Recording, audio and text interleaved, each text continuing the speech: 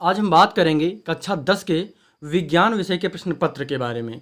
आपकी जो परीक्षा हुई थी 2023 में, उस प्रश्न पत्र के बारे में हम बात करेंगे। किस तरह के प्रश्न पूछे गए थे, प्रश्नों का लेवल क्या था, कौन से प्रश्न पूछे गए थे, और इन सभी प्रश्नों को अगर आप देखते हैं और स्वयं से हल करते हैं तो निश्चित तौर पर इसका लाभ मिलेगा आपको आपकी आगामी परीक्षा के लिए। इन सभी प्रश्नों को आप नोट कर लीजिएगा और स्वयं से करिएगा। आप चाहें तो नेट का भी सहारा ले सकते हैं, इंटरनेट से देख कर करिए। इसके अलावा किताब से भी देख कर इन सभी प्रश्नों को हल करिए। इससे क्या होगा कि इन सभी प्रश्नों के उत्तर आपको याद हो जाएंगे और इसके आधार पर अन्य चीज़ें आप आगामी परीक्षा के लिए भी तैयार कर सकते हैं। किस तरह के प्रश्न पूछे जा सकते हैं, चलिए वीडियो को शुरू करते हैं। अगर आप चैनल पर नए हैं तो सब्सक्राइब जरूर करिएगा। हम शुरुआत करेंगे यहाँ से। यहाँ पर हमारा पहला जो दिया गया है प्रश्न नहीं, हम यहाँ पर देखेंगे। पहले पूर्णांक जो है आपका 70 नंबर होगा, समय जो है 3 घंटे 15 मिनट का। इसके अलावा हम आगे कुछ चीज़ें देख लेते हैं। यहाँ पर नोट में जो लिखा हुआ है निर्देश, इसे आप जरूर पढ़ा करें।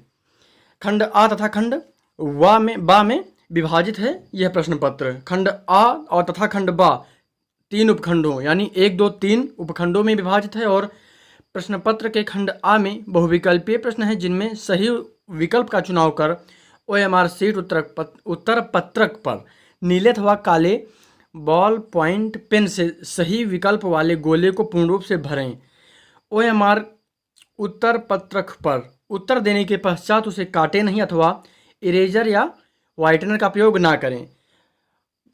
मैं आपको बता चुका हूँ OMR कैसे भरेंगे, उसका उपयोग कैसे किया जाएगा। इसके लिए मैंने पहले ही एक वीडियो बनाया है बोर्ड परीक्षा से पहले।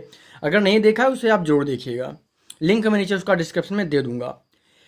आप हमेशा बॉल पॉइंट पेन का ही उपयोग करेंगे, जेल पेन का उपयोग बिल्कुल मत कीजिएगा। होता क्या है, अगर आप जेल पेन से भरते हैं तो वो बाद में फैल सा जाता है, वो बहने की संभावना रहती है। जेल पेन बहुत अच्छा नहीं माना जाता है OMR सीट के लिए, इसीलिए इसमें आपको निर्देश भी दिया रहता है नीला या काला बॉल पॉइंट पेन का ही उपयोग करना है, आपको ध्यान रखना इसका।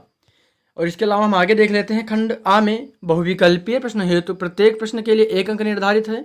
खंड बा में वर्णनात्मक प्रश्न है, प्रत्येक प्रश्न के सम्मुख जो है उनके निर्धारित अंक दिए गए हैं। और खंड बा के प्रत्येक उपभाग के सभी प्रश्न एक साथ करना आवश्यक है। प्रत्येक उपभाग नए प्रश्न से प्रारंभ किया जाए और सभी जो प्रश्न हैं अनिवार्य हैं।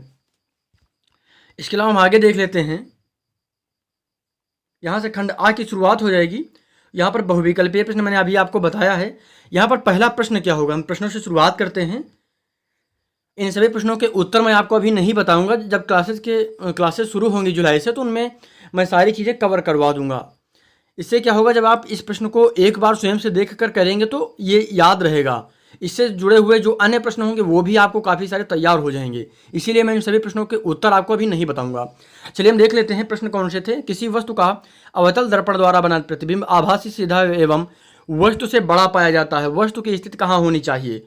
मुख्य फोकस तथा वक्रता केंद्र के बीच, वक्रता केंद्र पर, वक्रता केंद्र से परे, दर्पण के ध्रुव तथा मुख्य फोकस के बीच। इसके अलावा आगे देख लेते हैं। और ये सारे प्रश्न जो है आपको इंग्लिश में भी देखने के लिए मिल जाएंगे। आप चाहे तो इसको इंग्लिश में भी पढ़ सकते हैं। आगे देख लेते हैं। दूसरा प्रश्न क्या हो जाएगा, किसी शब्दकोश में पाए छोटे अक्षरों को पढ़ते समय आप निम्न में से कौन सा लेंस पसंद करेंगे? 50 सेंटीमीटर फोकस दूरी का एक उत्तल लेंस, 50 सेंटीमीटर फोकस दूरी का एक अवतल लेंस, या फिर 5 सेंटीमीटर फोकस दूरी का एक उत्तल लेंस, या 5 सेंटीमीटर फोकस दूरी का एक अवतल लेंस। सही उत्तर क्या होंगे, इनको आप जरूर कवर करिएगा। बाकी मैं इनके सभी के उत्तर अभी आगे बता दूंगा आपको अगले वीडियो में। किसी गोलीय दर्पण तथा किसी पतले गोलीय लेंस दोनों के फोकस दूरियां प्रत्येक -15 सेंटीमीटर हैं। दर्पण तथा लेंस संभवतः हैं, दोनों अवतल हैं, दोनों उत्तल हैं। अवतल और दर्पण अवतल और लेंस जो है उत्तल है, या फिर दर्पण उत्तल है लेंस अवतल है, आपको ध्यानपूर्वक लिखना होगा। और उत्तल अवतल से हमेशा एक प्रश्न पूछा जाता है। विज्ञान से संबंधित जो मैंने वीडियो बनाए थे उसमें मैंने आपको बताया भी था और लगभग प्रश्नों को मैंने वहाँ पर कवर भी किया है। उन सभी प्रश्नों को आप जरूर देखिएगा। चैनल को सब्सक्राइब इसलिए करिएगा क्योंकि बेहतरीन तैयारी आपको यहाँ पर हो जाएगी आपकी। हम यहाँ पर देख लेते हैं। अगला प्रश्न क्या हो जाएगा, मानव नेत्र के किसी भाग पर किसी वस्तु का प्रतिबिंब बनते वह होती है, क्या होती है? कहाँ पर बनता है आपको बताना है, यानी मानव नेत्र के किस भाग पर वस्तु का प्रतिबिंब बनता है, ये प्रश्न पूछा गया है। कार्निया, परितालिका, पुतली या फिर दुष्टपटल। दृष्टिपटल आपको बताना है। आगे देख लेते हैं यहाँ पर कहाँ पर सही उत्तर होगा वो आप देखेंगे। इसके अलावा दो चार तालक जिनके पदार्थ लंबाई तथा व्यास समान है किसी विद्युत परिपथ में पहले श्रेणी क्रम और फिर पार्श्व क्रम में संयोजित किए जाते हैं। श्रेणी क्रम और पार्श्व यहाँ पर होगा, पार्श्व क्रम संयोजन में उत्पन्न ऊष्माओं का अनुपात क्या होगा। इसके अलावा आगे देख लेते हैं लघु परिपथ के समय परिपथ में विद्युत धारा का मान है। बहुत कम हो जाता है, परिवर्तित नहीं होता है, बहुत अधिक बढ़ जाता है, फिर निरंतर परिवर्तित होता है। आगे देख लेते हैं अगला प्रश्न क्या हो जाएगा। विद्युत धारा उत्पन्न करने की युक्ति को क्या कहते हैं। गैल्वानोमीटर, मोटर, एमीटर या फिर जनित्र। इसके अलावा हम आगे देख लेते हैं यहाँ से उपभाग 2 शुरू हो जाएगा। एंटीमनी है क्या है आपको ये बताना है। धातु, अधातु, मिश्र धातु या फिर उपधातु।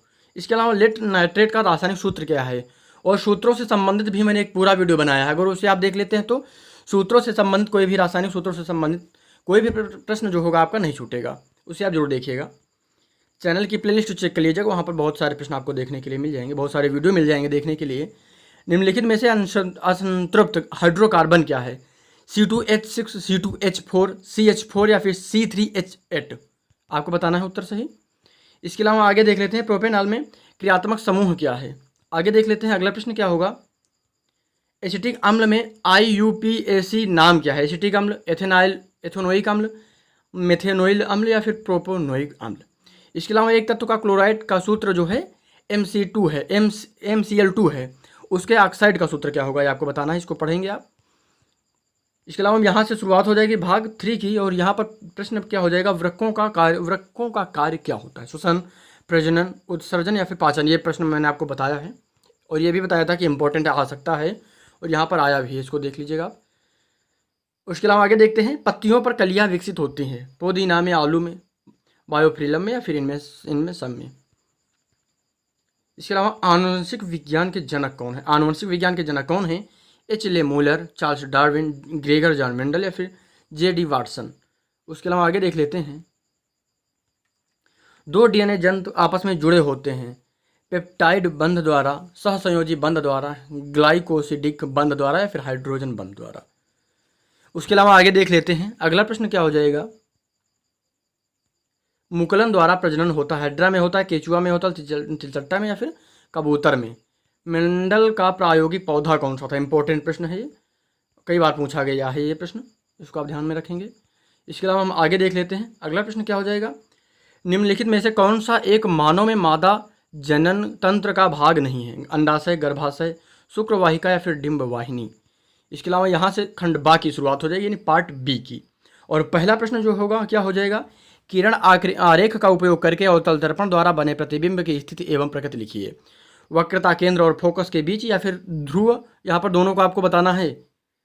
यहाँ पर जो दिए गए हैं पॉइंट, इनमें दोनों को आपको हल करना, 2-2 नंबर के हैं ये।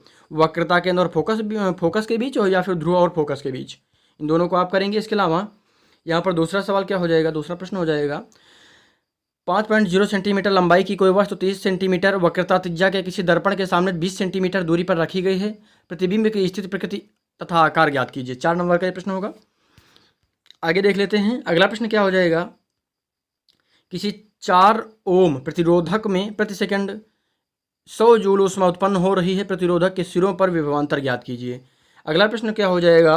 निम्नांकित आरेख खींचकर किसी विद्युत जनित्र का मूल सिद्धांत तथा कार्याविधि स्पष्ट कीजिए।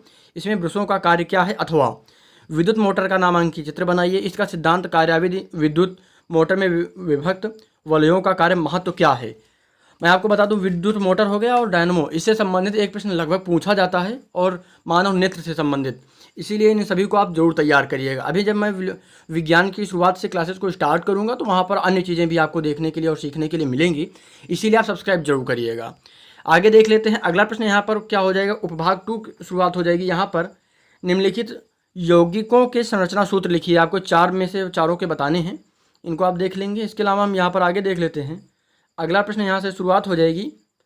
कुछ तत्वों के परमाणु क्रमांक नीचे दिए गए हैं। तत्वों के नाम और आवर्त सारणी में इन तत्वों की समूह संख्या और आवर्त संख्या बताना। 4 नंबर के प्रश्न होंगे ये। आगे देख लेते हैं अगला प्रश्न क्या हो जाएगा।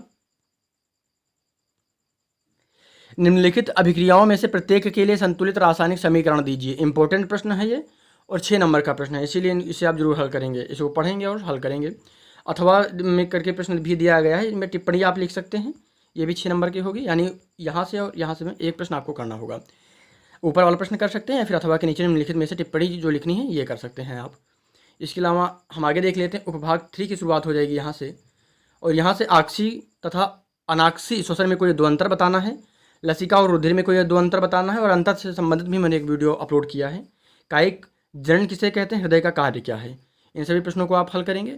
इसके अलावा आगे देख लेते हैं, रासायनिक संश्लेषण, रासायन संश्लेषण क्या होता है, इसमें भाग लेने वाले कोई 3 जीवाणु के नाम तथा कार्य लिखिए, पाचक एंजाइमों के कार्य क्या हैं, ये आपको बताना है। इसके अलावा आगे देख लेते हैं, निम्नलिखित को संक्षेप में समझाइए, डार्विनवाद या फिर लैमार्कवाद। इसमें एक इस जो लिखा हुआ है डार्विनवाद और लैमार्कवाद, इसमें एक संबंधित हमेशा पूछा जाता है, और ये एक साथ दोनों आ चुके हैं, इसमें ध्यान रखेंगे आप, इनको ध्यानपूर्वक हल करेंगे क्योंकि 6 नंबर का प्रश्न है। और अथवा में पुष्प के, यहाँ पर क्या हो जाएगा, पुष्प के निषेचनोपरांत होने वाले परिवर्तनों का वर्णन कीजिए, 6 नंबर का ये भी प्रश्न हो जाएगा। इसके अलावा हम आगे देख लेते हैं, हाँ यहाँ पर प्रश्नों की शुरुआत जो है, प्रश्न जो है पूरे हो चुके हैं। ये प्रश्न आप जरूर हल करिएगा, निश्चित तौर पर इसका लाभ आपको आगामी परीक्षा में मिलेगा, क्योंकि होता क्या है, कई बार जब आप प्रश्नों को हल करते हैं तो बहुत सारे प्रश्न और भी तैयार हो जाते हैं उनके साथ। इन सभी के मैंने उत्तर आपको नहीं बताए, जो बहुविकल्पीय मैंने प्रश्न बताए हैं। होता क्या है, जब बहुविकल्पीय प्रश्नों को आप हल करेंगे, इन 20 बहुविकल्पीय प्रश्नों को हल करते समय आपको कम से कम 50 प्रश्न ऐसे होंगे जो तैयार हो जाएंगे, उसमें से 15 नंबर के क्वेश्चन हो सकता है आपको देखने के लिए मिल जाए आपकी OMR शीट के लिए। इसीलिए इंपॉर्टेंट है, इन सभी प्रश्नों को आप जरूर हल करेंगे। और बाकी आप चाहे तो चैनल की प्लेलिस्ट में जाकर वहाँ देख सकते हैं, विज्ञान से संबंधित मैंने वीडियो जो बनाए हैं उनमें से काफ़ी प्रश्न आपको देखने के लिए मिल जाएंगे।